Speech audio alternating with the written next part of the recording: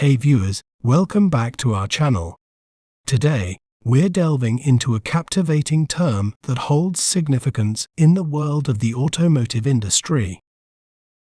It's a German brand, which means people's car in German language.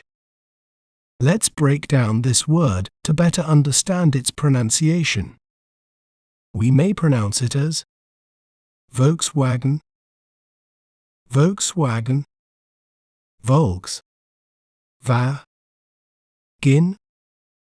Volkswagen.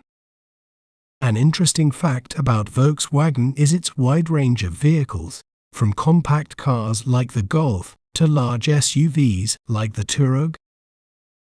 Volkswagen is also a leader in electric vehicle technology, with models like the ID.4 contributing to the shift towards sustainable transportation.